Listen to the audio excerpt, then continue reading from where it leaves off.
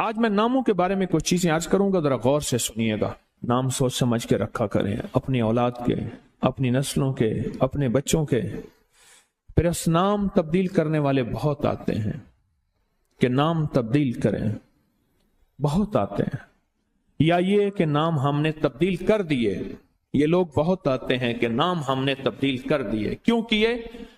اس نے کہ جی فلاں نے کہا تھا یہ نام بھاری ہے، فلاں نے کہا تھا، اس لیے ہم نے تبدیل کر دیے۔ نام سوچ سمجھ کے رکھیں، انوکھے انوکھے نام، عجیب و غریب نام۔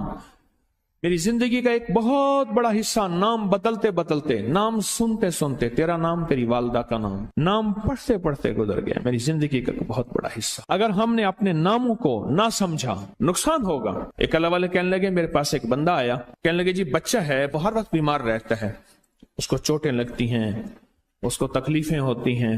تو کہ میں نے پوچھا بچے کا نام کیا ہے؟ کہا میرے بچے کا نام ہے المان۔ علم عین والا ہے تو اس کے معنی جھنڈے کے ہیں، الف لام میم ہے اس کے معنی ہائے ہائے کے ہیں، درد تکلیف، ہائے ہائے ہائے۔ المان، الف لام میم الف نون، اس سے معنی دو دردوں کے ہیں، دو چوٹوں کے ہیں، دو زخموں کے ہیں، دو تکلیفوں کے ہیں۔ ایک تکلیف نہیں، دو تکلیفیں ہیں۔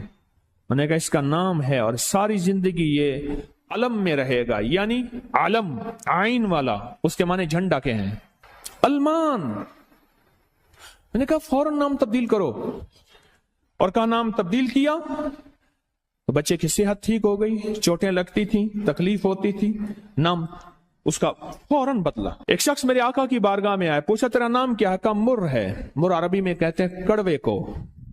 فرمایا تیرا نام حلو ہے، حلو، حلوہ، حلو تو میٹھا ہے۔ نام بدل دیا۔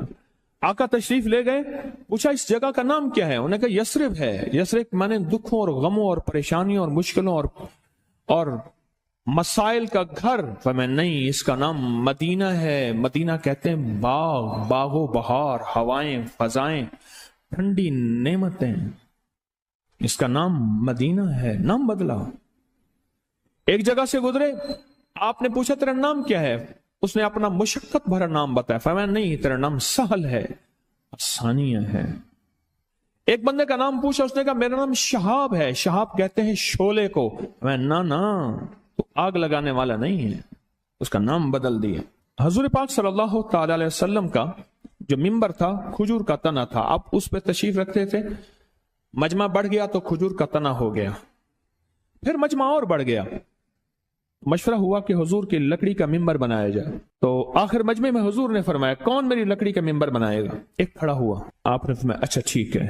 دوسرا کھڑا ہوا، تیسرا کھڑا ہوا، ایک کھڑا ہوا تو آپ نے پوچھا نام کیا ہے تیرا؟ کہا ابراہیم۔ کہا ہاں میرے جد امجد کا نام ہے۔ اور اس نے کہا انشاءاللہ، اور میرے حضور کو یاد پسند آئی اور حضور نے فرمایا ہاں تو ممبر بنائے گا۔ آپ جس وادی میں تشریف لے جاتے تھے اس وادی کا نام اگر ایسا ہوتا جو تکلیف دے، پریشان کن ہوتا، اس جگہ کا نام بدل دیتے تھے۔ جانوروں کے نام بدلے، بعض لوگوں نے اپنے جانوروں کے نام رکھے ہوئے تھے۔ میرے حضور کے جو جانور تھے خدمت والے، ان کے بھی نام تھے۔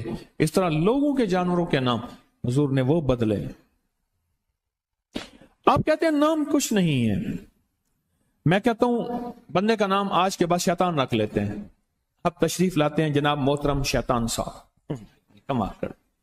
انہوں نے کہا جی فرعون صاحب تشریف لاتے ہیں۔ بھائی عجیب بات ہے، تم نے لفظ صاحب کی بھی توہین کی ہے۔ فرعون کے ساتھ صاحب لگے، شیطان کے ساتھ صاحب لگے۔ اچھا انہوں نے کہا آپ کو تکلیف ہوئی، معذرت چاہتے ہیں، ناموں، انہوں نے کہا ناموں سے کیا ہوتا ہے؟ انہوں نے تکلیف معذرت چاہتے ہیں، ہم آپ کا نام رکھ لیتے ہیں دجال۔ اب تو ٹھیک ہے، یہ بڑی زیادتی ہے، پریشان ہوئی، چلو آپ کا نام ابو جہل رکھ لیتے ہیں۔ بولے پھر کیا ہوگا؟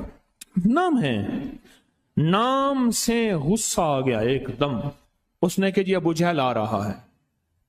میں طواف زیارت کر کے نا عزیزیت کی طرف جا رہا تھا، ایک ٹیکسی لی، رش تھا بہت زیادہ۔ ایک ٹیکسی والا نا ایسے نکل رہا تھا، اس میں سے نکلتے نکلتے نا تو میرے ساتھ ٹیکسی والا بیٹھا تھا، عرب تھا۔ اس نے شیشہ کھولا، شیشہ کھول کے کہا حیوان، پھر شیشہ بند کر کے چل پڑا۔ تو جانور ہے؟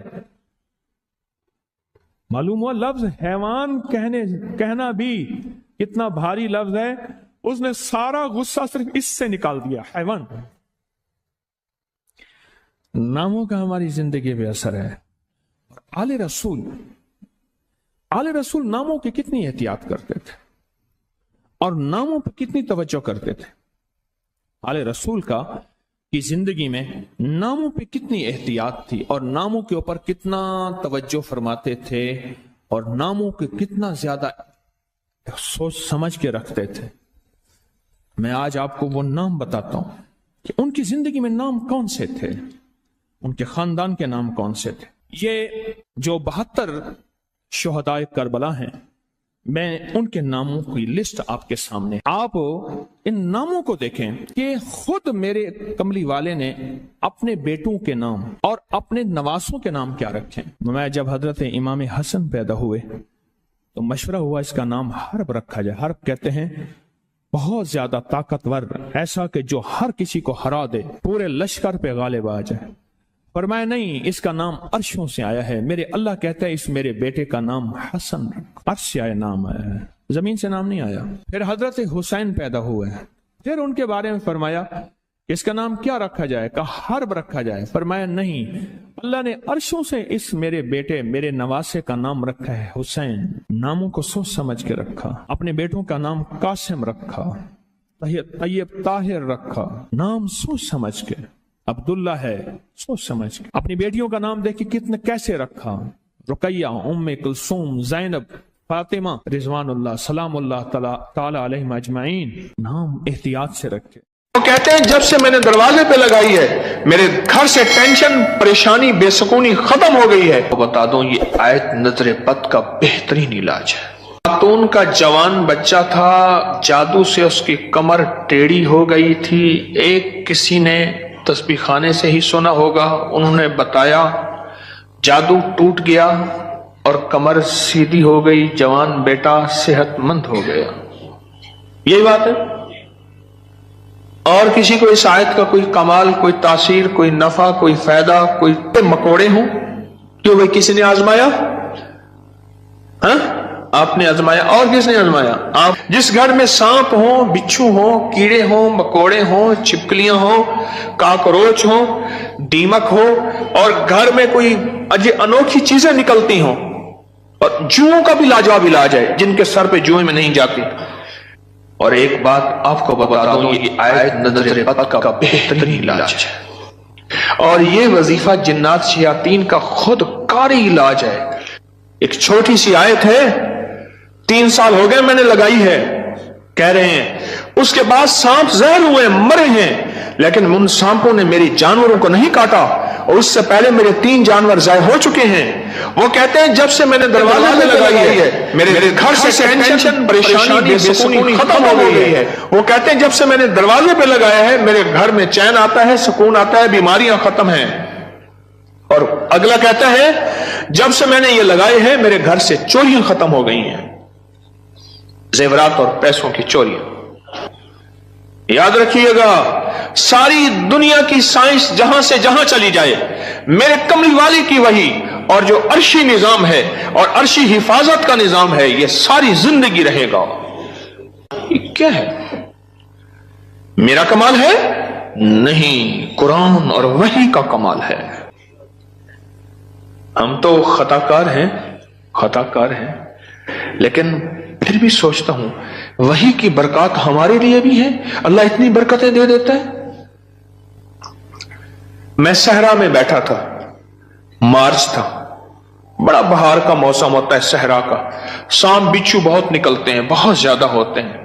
میں بیٹھا تھا ایک جھونپڑی میں، ادھر سے دھوپ آ رہی تھی، ادھر سے دھوپ، بیٹھا رہا۔ یہ میں نے پڑھا ہوا تھا۔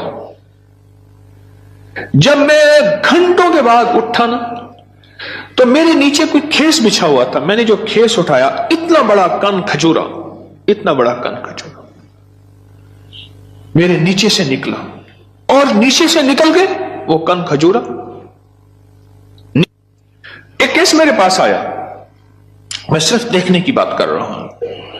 وہ یہ آیا کہ میرے کمرے میں سانپ کی لکیر جاتی ہے،